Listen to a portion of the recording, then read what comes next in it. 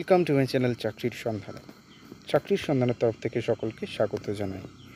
সকল বেকার চাকরি প্রার্থীদের জন্য আবার একটি বিরাট বড় চাকরির আপডেট নিয়ে আমি চলে এলাম চাকরির সন্ধানে। এবারে প্রচুর শূন্য পদে সেন্ট্রাল ব্যাংকে কর্মী নিয়োগ করা হচ্ছে শুধুমাত্র মাধ্যমিক পাস যোগ্যতায়।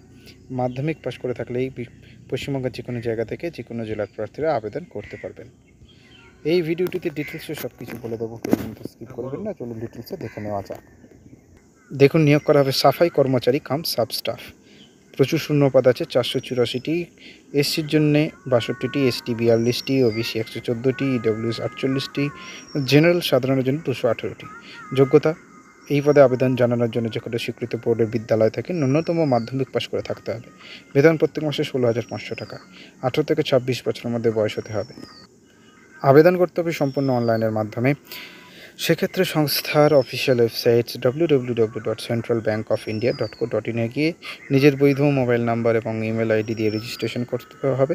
এরপর একই ডিটেলস দিয়ে লগ ইন করার পর অনলাইন আবেদনপত্র সঠিকভাবে পূরণ করতে হবে। সমস্ত তথ্য পূরণ করার পর প্রয়োজনীয় নথিপত্রগুলি স্ক্যান করে আপলোড করতে হবে। সবশেষে আবেদন ফি জমা করে সাবমিট অপশানে ক্লিক করলেই আবেদন সম্পন্ন হবে।